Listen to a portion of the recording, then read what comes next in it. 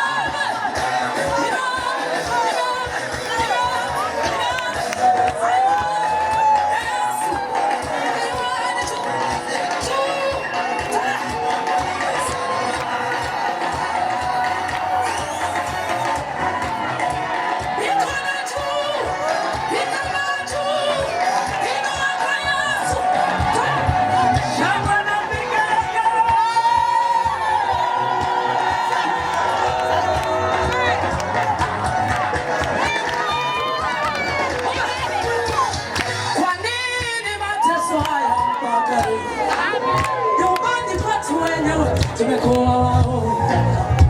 Kwenye nchi yetu tumekuwa wao.